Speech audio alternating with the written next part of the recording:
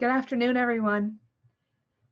My name is Crystal Dory, and I am the Communications Manager for Gwilmuk-Malglusawagan Negotiation Office. As you know, because of COVID-19, we have decided to do our community sessions virtually this year, and hoping that it will help us inform people on what we're doing at our office and to update people on the work that is being done throughout all our departments. As you know, this is our fifth community session, and each month we try to focus a different department at KMKNO. This month's feature is our consultation department. If you've seen our past sessions, what we do is we record each session and post them online for anyone who isn't able to make it today, but is still interested in getting an update and seeing the information. We try to hold these sessions the last week of every month, and we also do an accompanying newsletter that gets issued just a day or two before the session that has a department from all of our, an update from all of our departments at KMK. So if you haven't received the newsletter and you would like to, and you'd like to be on our distribution list, please feel free to send us an email at info@mi'kmaq.com or go to the contact us form on our website and send us a little note there, and we will be sure to add you. So as I had mentioned, this month's session will focus on an overview of the consultation department, what they do, the types of things that they work on. So everyone on our consultation team, and it is a big team, will be introducing themselves. But starting us off will be Twyla Gadet, our Director of Consultation. Twyla joined KMKNO in May 2007, and she is a practicing Mi'kmaq lawyer who was involved in the drafting, review, and implementation of the terms of reference for a Mi'kmaq, Nova Scotia, Canada consultation process. And I know Twyla will tell you all about that in today's presentation. So let me welcome Twyla. Hi, Twyla. Thank you, Crystal, and thank you for the introduction.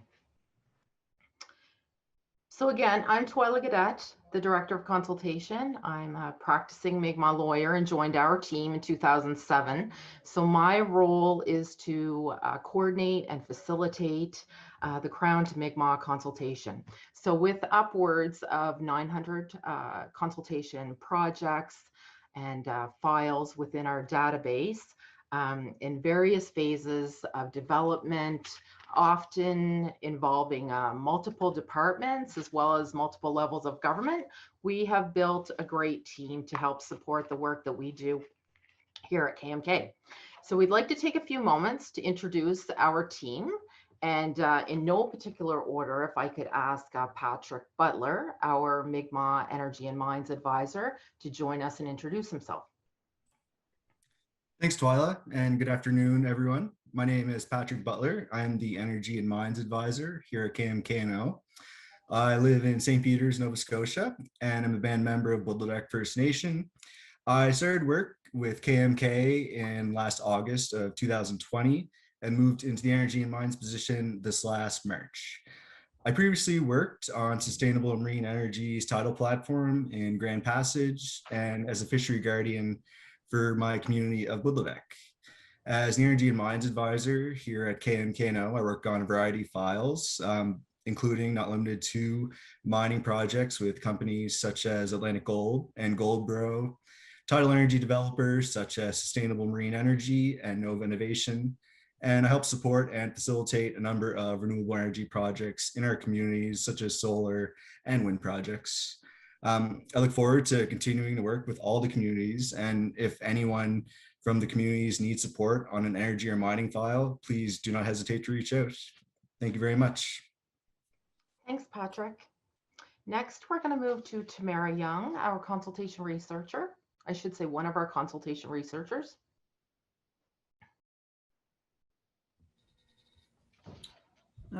Thank you, Twyla. So my name is Tamara Young, and I'm from Pictou-Landon. I work here at KMKNO as a consultation researcher. I am the research lead in consultation files dealing with Parks Canada, species at risk, aquaculture license and leases. And my task here is to support the inclusion of cultural significance when it comes to these files. Thank you. Thanks, Tamara. And we'll go to Gerard Francis, our consultation support officer.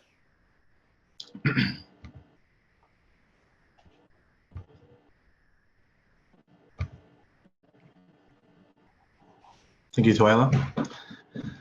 So I'm Jordan Francis, and I'm from Eskizoni First Nation. And I've been working for Glumug Negotiation Office for 11 months now. I'm the Consultation Project Support Officer. And I am the project lead for Highway, Bridges, Pits, and Quarries. Thank you. Thanks, Gerard. And we'll go to Craig Hodder, our lands officer. Hi, folks. My name is Craig Hodder. I'm from Member 2. Actually, next week will be my 1-year anniversary with KMK. So my files with lands mostly deal with land acquisitions for the Mi'kmaq Nation, as well as evaluating any transactions or consultation issues that are based on, that have a land component to it. So that's basically what I do. Thanks, Greg. And then we'll go to Sherilyn Young, our consultation support officer. Good afternoon, everyone. My name is Sherilyn Young. I'm part of the consultation team for KMKNO. I joined a team in June of 2020, so I'm almost a year. I'm from the beautiful west coast of Newfoundland, and my family are members of the Hollywood First Nations. I have a great aspiration for the forest. I worked 5 years professionally as a forester and approximately 10 years unprofessionally as an avid hiker, guide, and forager, etc. My main responsibility on the consultation team is the forestry and wildlife portfolio. However, that doesn't mean that I simply review our forest harvest and management plans. I also review and provide feedback on files pertaining to species at risk and various damage and insects. I'm looking forward to continuing at my work with KMK and growing my career within KMK. Thanks, Sherilyn. And last but not least, we'll go to Michelle Abram, our consultation administrative support. Hi, good afternoon, everyone. I'm Michelle Abram, and I offer administrative support to the consultation department, and Twyla, the director of consultation. I've been with KMKNO since February of 2020, and I'm from Millbrook First Nation. Thanks for that, Michelle. So that is the core consultation team. You've heard previously from Kate McLean and Dr. Heather McLeod-Leslie, our Archaeological Resource Division, who also supports our consultation team, as well as the communications team, finance, and others. And Crystal, perhaps I'll put it back to you before we get into the presentation. Sure. Actually, I'm glad you did, because I really wanted to say, and even with COVID, it's so nice to be able to see so many faces from our team virtually from their home offices, or mainly from their home offices, because we are trying to follow the province's mandate and working from home as much as we can. So for anybody who is watching, you will probably note that you're unable to unmute your microphone. So there is a Q&A option. If you have a question that pops up during Twyla's presentation, you can go to the button, depending on the device you're on. It's either on the bottom of the screen or up in the top corner.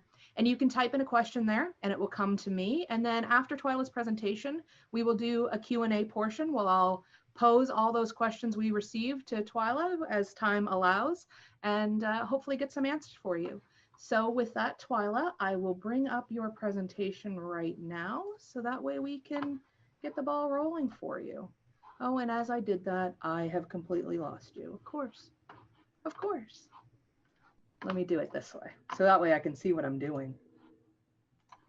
Thanks, Crystal, and a special shout out to Crystal as well. She did a bit of a refresh on our consultation PowerPoint. It looks much improved, and so looking forward to delivering the information in that presentation this afternoon. This afternoon's focus up on your screen now there, Twyla. It is up. I see it. Thank you, Crystal. And we're going to go to the first slide because we're going to get right into it, and we're going to talk about why we consult, since that is the focus of this afternoon's virtual session. So we'll go to the first slide. And why do we consult? Let's just start with the Constitution Act.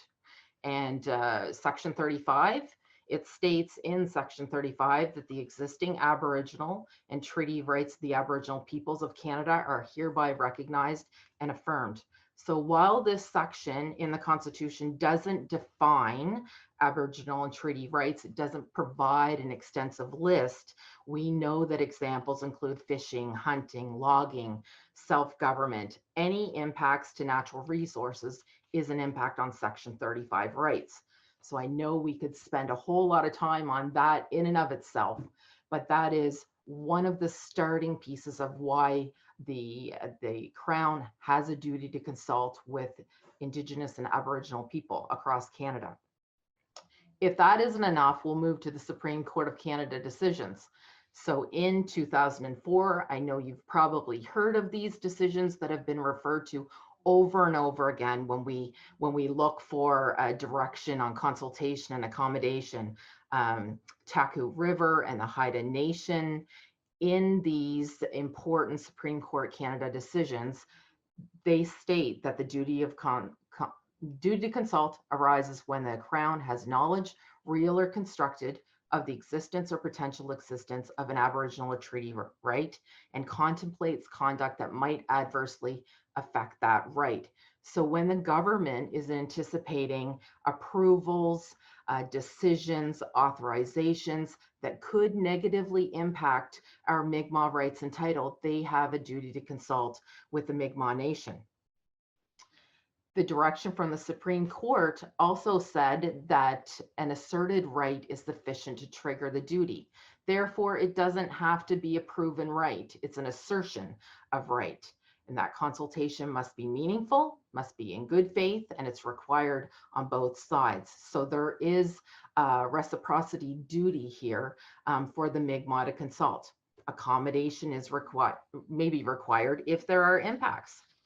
If that's not enough, we'll also move to the United Nations Declaration on the Rights of Indigenous People. In UNDRIP, we know that Article 32 states that Indigenous peoples have the right to determine and develop priorities and strategies for the development of the use of their lands, territories, and other resources. That's all where it begins, that's where it starts, and that's where the duty to consult is derived from. We'll move to the next slide, Crystal, please. So all of those items just spoke about in the first slide, they all support why there is a duty to consult. But it was prior to 2010 where our Mi'kmaq leadership through the Made in Nova Scotia process determined that there was a need not only for a negotiation process, which is long-term, off the record rights implementation process, but there was also a need for a process on how the Mi'kmaq in Nova Scotia would be consulted. In 2007, the terms of reference for a Mi'kmaq Nova Scotia Canada consultation process, of which we often refer to, or you'll hear it referred to as the Consultation Tour, that was trial run in 2007. So for 3 years, the process was trial run before it was ratified in 2010. It was ratified by the 3 parties, 3 levels of government, the province, the feds, and our Mi'kmaq government. What is the purpose behind the Consultation Tour? The purpose itself sets out that process for how the Mi'kmaq are consulted. It sets out the rules, if I could say, for Crown to Mi'kmaq consultation. It provides a venue, a process to assess possible infringements by Crown's decisions or actions. While the goal is to avoid impacts, we also work through consultation to minimize those impacts on Mi'kmaq rights and title. And then, of course, to accommodate the Mi'kmaq. So we see through our consultations and our ongoing work, various forms of accommodation. Oftentimes, I should say, people jump to monetary compensation. That is not the only form of accommodation. Oftentimes, what we've seen is that we've been able to modify a project. We may be able to move a wind turbine to avoid destruction of medicinal plants. We have been able to alter highway routes and highway development to avoid destruction of traditionally harvested specialty woods. The process itself is the preferred way to proceed. However, it does not constitute a commitment to reach an agreement. So just because we enter in consultation doesn't mean we're going to reach an agreement. The Mi'kmaq don't have a veto. Ultimately, the Crown has to make a decision, and they have the authority to make a decision. We work to address any of those possible impacts through the consultation process. Before going to the next slide, Crystal, I think it's important to understand the difference between consultation and negotiation. And I think really the way I usually explain it is that negotiation and consultation both are working to implement our rights as Mi'kmaq people in Nova Scotia. The negotiation process is long-term rights implementation. It's off the record. Consultation is what's happening on the ground now. It's on the record. Meetings are recorded, transcribed. There's a record kept in the event we have to go to court. So the consultation process, we're always preparing for court if that is how we if that's how things develop. So there is a role for everyone in the consultation process. We're going to talk a little bit about those roles and responsibilities. The government, they have the constitutional duty to consult. They are responsible to ensure consistent government approach. In Nova Scotia, there are, it has been a number of years we've worked with the government to provide a consistent approach. Given that we have so many consultation projects, it's important that there's good coordination and there's good organization, especially when there's multiple departments within multiple levels of government that could be consulting on the same project. So it does require good coordination. The government keeps records of consultation. So do we. And we just talked about that for a moment in terms of why record keeping is kept, why meetings are recorded and meeting notes are taken. We're preparing for court if that's where we go with it. The government also does an assessment, an internal assessment to assess the adequacy of the proponents' engagement efforts. We do as well, and I'm going to talk a little bit more about that a little bit later on. They consider input from the Mi'kmaq, determine appropriate responses and accommodations, and they determine the need for department-specific consultation procedures and guidelines. So what is our role? What's the role of the Mi'kmaq of Nova Scotia? So again, talking about that duty of reciprocity and the need to respond, we have that responsibility to respond to consultation requests. We cannot ignore them and hope they go away. There is an option to direct our concerns to the province, the feds, or the proponent, or both. We often do that. In the event we're trying to work with a proponent, we often communicate our concerns to government departments. We often, within our consultation processes, invite proponents or companies to provide the details of their project. No one knows the details of their project like they do, and that's important information for the consultation process. We provide information on our concerns and interests, and we have the responsibility to identify those impacts on rights and title. So we'll go to the next slide and we'll talk a bit about the proponent's role. And I know you heard from Tracy Menjay, our benefits officer, in an earlier virtual session, but there is a role for the proponent, and it's an important role. While the government has the duty to consult, the proponent also has a role in consultation. They have a responsibility to engage early with the Mi'kmaq. So they can be delegated some of the procedural aspects. So early engagement with the Mi'kmaq is a must. It just makes good business sense for proponents to build relationships, to build partnerships with local Mi'kmaq communities. They again can provide that project specific information. No one knows the details of their project like they do. So we often request that project specific information from them. We also often request a proponent, depending on the project. And when I say project, I'm not only talking about consultation projects that include construction. I'm also referring to projects as files that may include policy development, regulation development, legislation revision. So there's a whole scope, a broad scope of consultation projects that we may be consulting on. But if it is a project that we feel an MEKS is appropriate, we will request a proponent to do a Mi'kmaq ecological knowledge study. There are some government departments that are better and more amendable to doing MEKSs, but they are certainly used as a tool.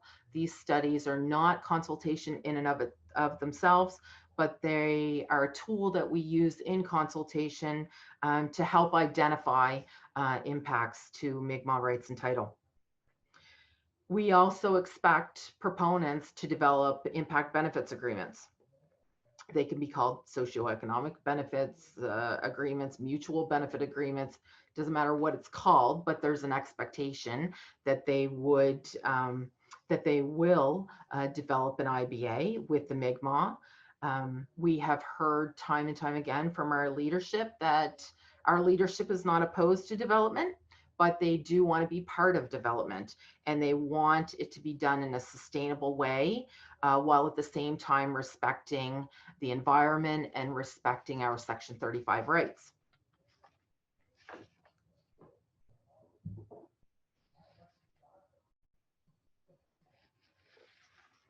So how does consultation happen? So our team has worked with the communications team to develop a bit of a visual snapshot, which outlines the consultation process. So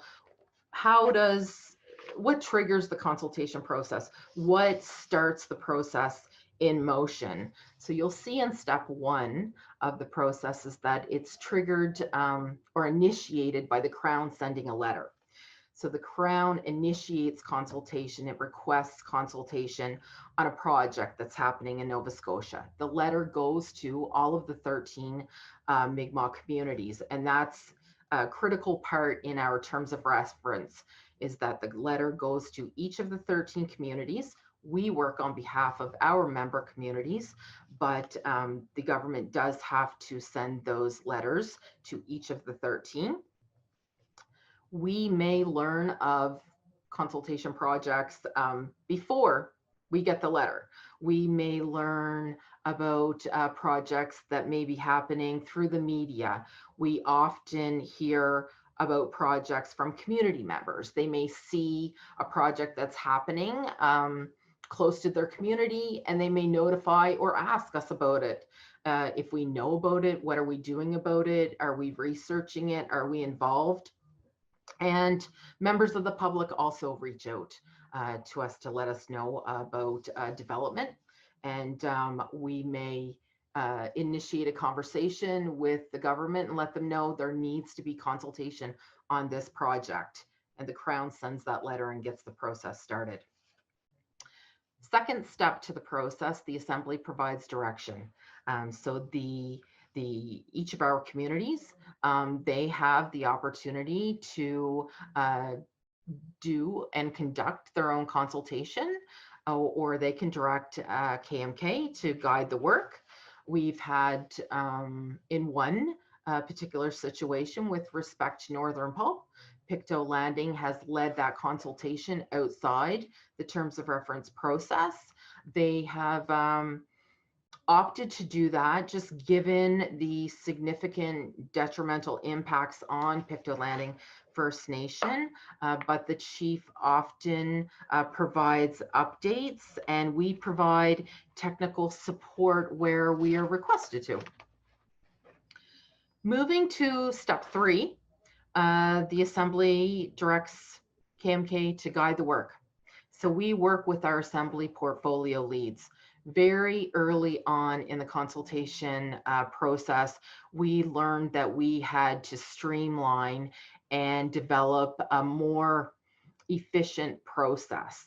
And we were able to sit down with our leadership and identify a process that has worked well for us to proceed and work with assembly representative for consultation purposes. So there are a number of assembly portfolio consultation leads. We have Chief Duma Francis is our energy and mines portfolio lead. We have a lands portfolio lead. Chief Gerald Tony is our fish portfolio lead. Chief Andrea Paul is our environment lead. So we have a number of consultation leads that we work with. In step 4, we work alongside our Mi'kmaq communities, our Mi'kmaq science organizations, and our Mi'kmaq expertise. We don't have the current in-office capacity to do all the work we need to do. So we often work with community representatives, our Mi'kmaq Conservation Group, UINR, and others to help do the work that we need to do to help support the consultation process. In step 5, we KMKNO coordinates the consultation with the Crown. We identify our concerns, we identify potential impacts to examples of archaeology, environment, natural resources, fish and fish habitat, aquatic and terrestrial species, etc. So we do that work in the consultation process. With respect to the ongoing observation of projects, consultation happens oftentimes, not always, but often starts within the planning process. So we know, for example, highway twinning projects, bridge refurbishments. Sometimes they're planned 5-10 years in advance. So that's sometimes when we start the consultation process.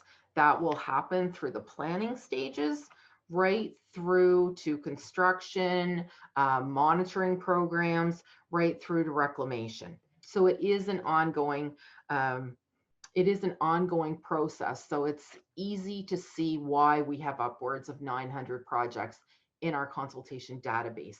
All are in various phases of development. While some may technically be completed, we may be observing those and monitoring those projects. We've also, Crystal, maybe we'll move to the last slide of the presentation, and then I think we have time for questions as well. In looking at the work that we do at KMK and with the significant numbers of consultation files, we've been able, with the help of our communications department, we've been able to pull out a few of the examples of the consultation successes. So through the lands column, we've been able to halt work on various occasions if a project is in close proximity to an archaeological site. We've been able to acquire lands and properties through the consultation process in Sidport. We've various wharfs, including the Canso Tickle Wharf, Canada Creek. We've also been able to help acquire the Digby Pines, as well as the College Street property for urban housing purposes. We've also been able to push the goalposts. I believe I heard the Premier say at one point with respect to requiring independent engineering assessments for Gaspereau Dam refurbishment project, as well as now on the Avon River and the Highway 101 twinning project. We've requested an independent engineering assessment on both of those particular projects. We've been able to stop mineral exploration in the Cape Breton Highlands, the only place in Nova Scotia where moose can be harvested. With respect to fish, we have worked with very closely with the Mi'kmaq Conservation Group on the potential impacts of those in-stream tidal devices and the impacts that they may have on the fish in the Bay of Fundy.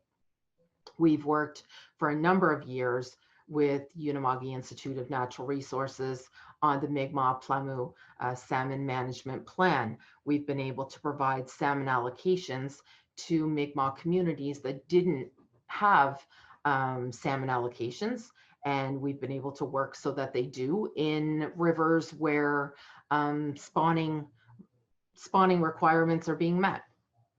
We've also been able to change or alter highway twinning projects. This one example is with respect to the Highway 101, the Windsor Causeway and the Avon River Abbotsford design.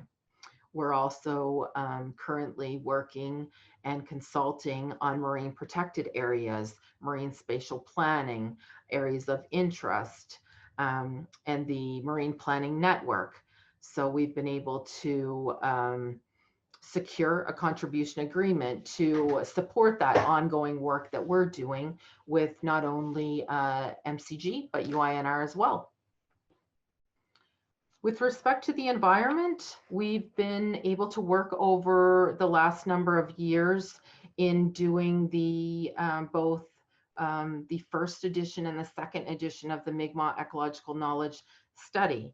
We've been able to work diligently so that there's now a moratorium on hydraulic fracturing in Nova Scotia. That's been in place for a number of years, and we will expect consultation on any new regulations with respect to hydraulic fracturing.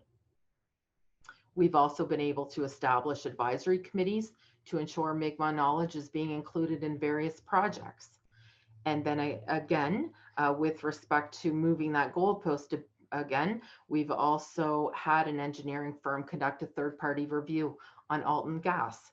So I think those are just a few examples, but we've been able to pull them together quite concisely. And I believe that concludes the presentation, or the formal presentation. And I think, Crystal, we have time for questions. And maybe that didn't take me as long as I thought it would because I spoke so quickly. Oh, that's great, Twyla. So just a reminder for anybody, if you do have a question, there is a Q&A button either at the bottom of your screen or the top corner. So you can put your questions in there. If you're watching this recording at a later date and you have a question for anybody on the consultation team, please feel free to email us at info@mi'kmawrights.com, and we will be sure to get those questions to Twyla and her team and hopefully get an answer for you. As always, you can always call our number, and while we're not in the office right now, thanks to COVID, we will get messages, and our admin team will pass them along to the appropriate person in our office. So the first question came through, and I can answer this question. It says, will a copy of the PowerPoint presentation be available? We can absolutely make the PowerPoint presentation available if you want to email asking for a copy. Most of the information that's in our PowerPoint is also on our website, mi'kmawrights.com, including that beautiful diagram that's been done up by members of the communication team that help explain the consultation process. Oh, we have another question, Twyla. This one is for you. How can I, as a community member, get information about what CAMCAN is doing on projects near my community? A good question. And I know, Crystal, you mentioned the info@mi'kmawrights.com. That's only one way to send along your questions, but you can reach out to any one of the consultation team members. You can contact myself directly. We are always happy to hear from community members, especially if they're concerned about a project that's happening in your area.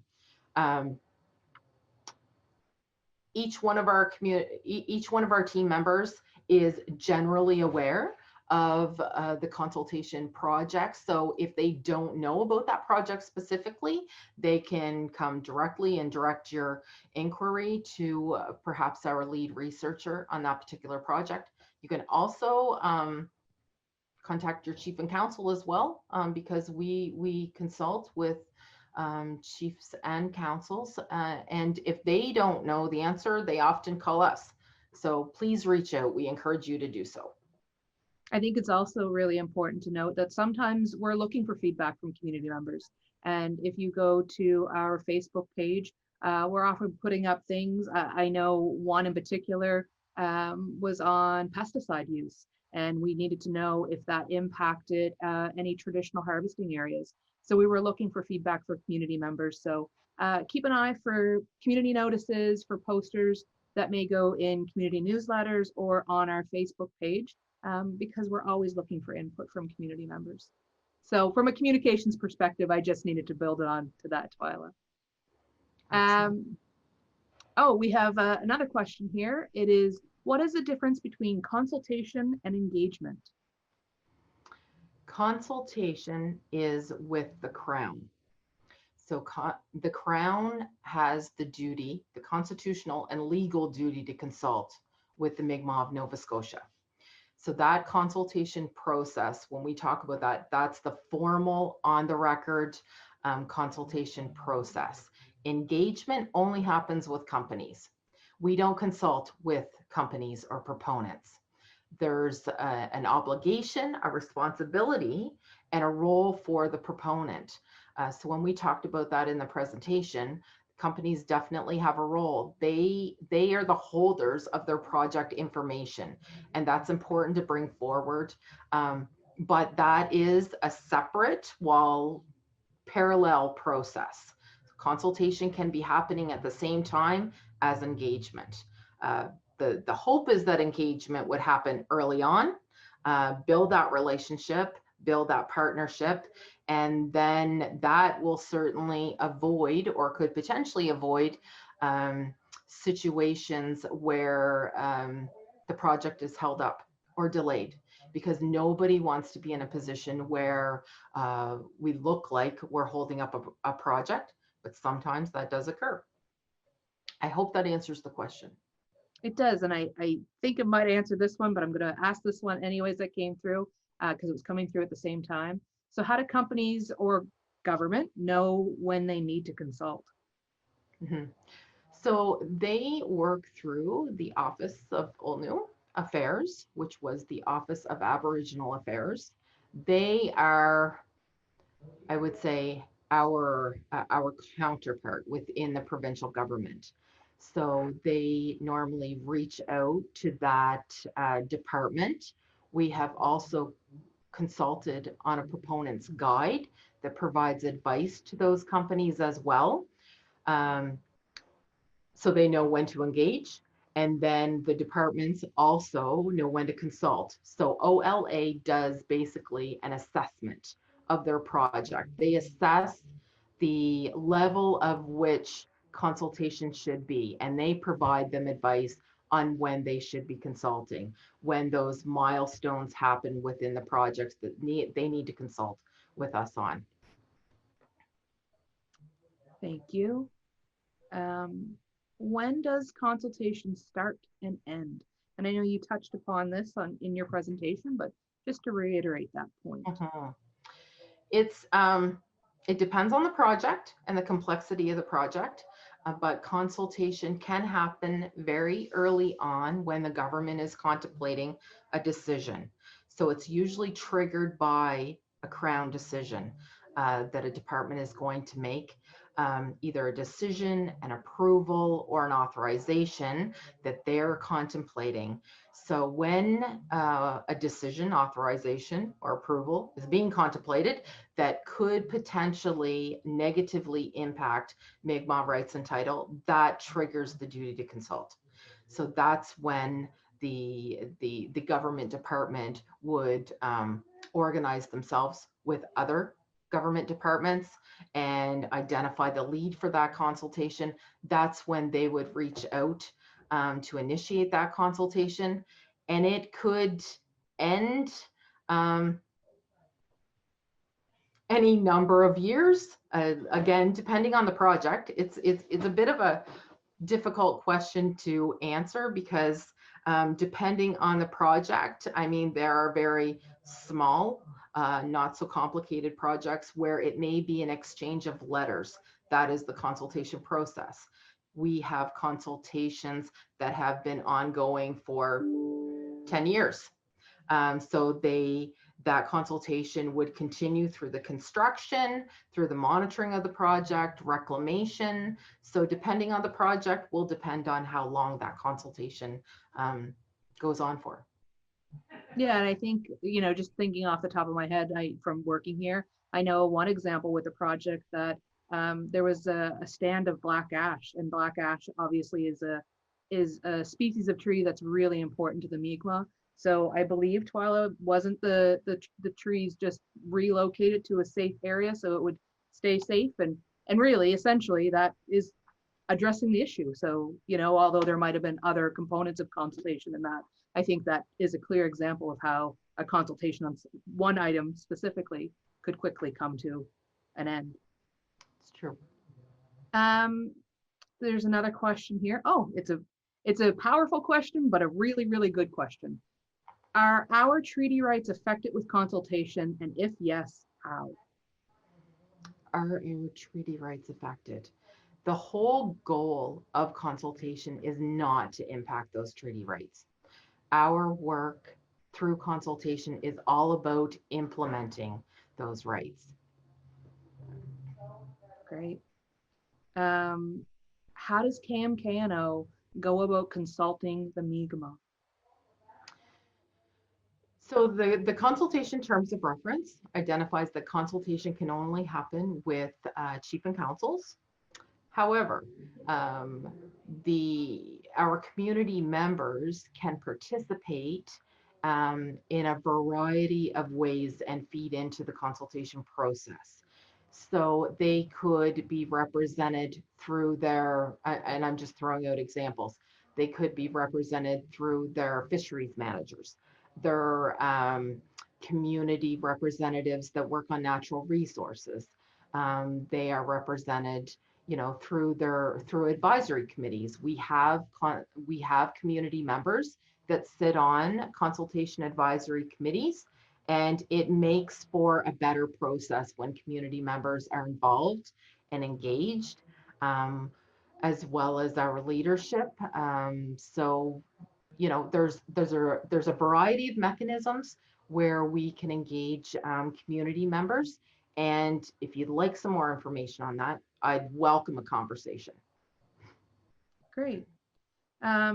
You have answered part of this question that came through, but there's a part of it that I think we could answer again, or maybe just to help make it a little bit more clear. What happens if the government or a corporation chooses not to consult? So we can press the government to consult. If they choose not to consult, there are legal options that we can consider. There's legal options that we can consider when they don't consult properly or when they try to avoid or circumvent the consultation process. But that is why the process was developed, so that there was rules to the game, so they would know how and who, and through our organization they could consult. So without the consultation terms of reference and the process, there would be a whole number of projects out there happening that we wouldn't be aware of. Great.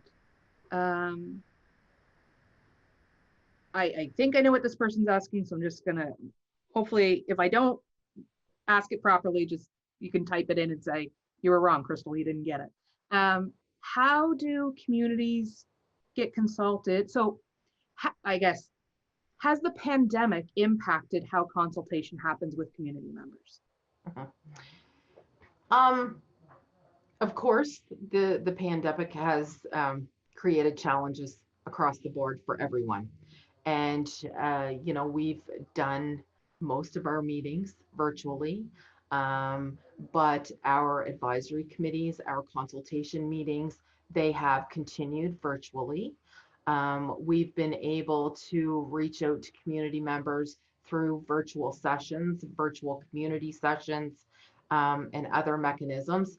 I can't say that it's not challenging, because it has been, but I don't think that it's impacted the level of consultation. I think it's just made us be a bit more flexible and try to accommodate those needs.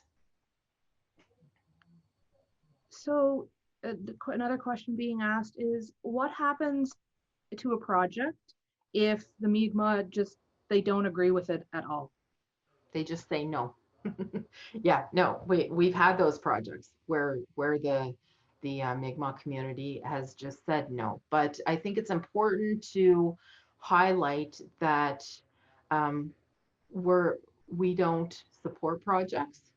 The consultation process, when it's done well, it can work well to our advantage. But there are projects where the communities have just said no. I believe hydraulic fracturing is one example. So we were able to press the government to place a moratorium on hydraulic fracturing. If in the event our government at some point in time wishes to revisit those regulations, there will be an expectation and a need to consult on those regulations. Great.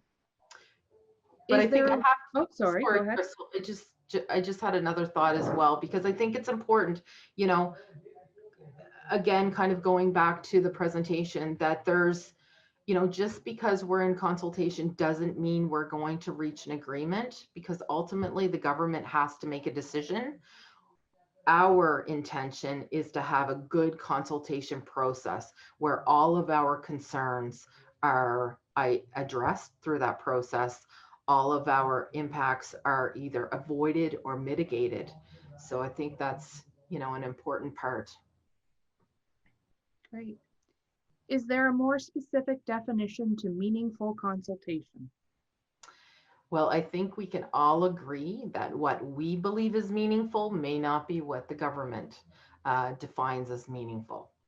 So I think it's important when we're doing consultation to know that we've received all the information we need and all the resources and the capacity to do the work that we need to do to make sure there's a meaningful consultation. But it's a difficult definition, and I think, you know, certainly what we think is meaningful is not always what the government thinks is meaningful, and we continue to press for that more thorough consultation. Thank you. It looks like we may be almost at the end of our questions coming in. So if there's any last questions to come in, please send them. I did get a note from Patrick, who also wanted me to point out the fact that the email addresses for everyone on the consultation team is on our new website. So if you go to the Our Team page, it brings up their picture and their title and their information, and everyone's email address is there. So if there's questions you have specifically for somebody on the team, because you heard that it was something that is in their field of interest or in their wheelhouse, please feel free to contact anybody on the team, because we're always here to help, to answer questions, and to engage with our communities and to hear what people have to say and think about different projects, because that is very, very important to our office. Well, we just received another question. Do you have experts on your team or is that work outsourced? And they specifically say environment, mines and energy, etc. We have a great team. We have expertise within the team, but when there are experts, when there's a specific expertise that we don't currently have in-house, we will seek out those additional expertise. And if it's an expertise that's not within our Mi'kmaq organizations, and we need perhaps special project funding or additional resources to do that specific work, we will seek that out. And a follow-up question is, are Indigenous experts prioritized? Yes. Yes, they are. Well, I think that's it. That's all the questions I see that have come in. I thank you, Twyla, for your great presentation. And I thank the entire consultation team for joining us remotely and introducing themselves. Just as a reminder to everybody, this will be posted on our YouTube page as the last 4 sessions have been. We are aiming to do a session every month featuring a different department. So our next session will be the last week of June, and we hope you can tune in and listen to that one. And a newsletter also, as I mentioned at the beginning, goes out at just the week prior and gives information and an update from all of the departments at KMKNO. So I see that Twyla has turned off her video. So I think that means that there's nothing left to say from the consultation team today. Don't worry, Twyla, you didn't have to turn it back on. Only a big thank you. Only a big thank you to everyone. Oh, actually, we just got one more question. I can ask this one before we sign off. So if a project or issue is presented to you that is deemed too small or not part of your scope of work or might not involve the Crown, do you have the resources to redirect the folks to other resources? If it's too small, I think that we'd have to take a look and see what too small is. And absolutely, if we don't have the in-house resources, we can help direct that to where it could more appropriately be dealt with. Perfect. That is our last question. Again, if you have any follow-up questions that haven't been asked or something comes to you afterwards, always reach out to our office and we're always happy to hear from people. So again, thank you, everybody. We look forward to seeing you again next month. And I hope you enjoy this wonderful sunny day or whatever the weather is on the day you're watching it. Bye-bye.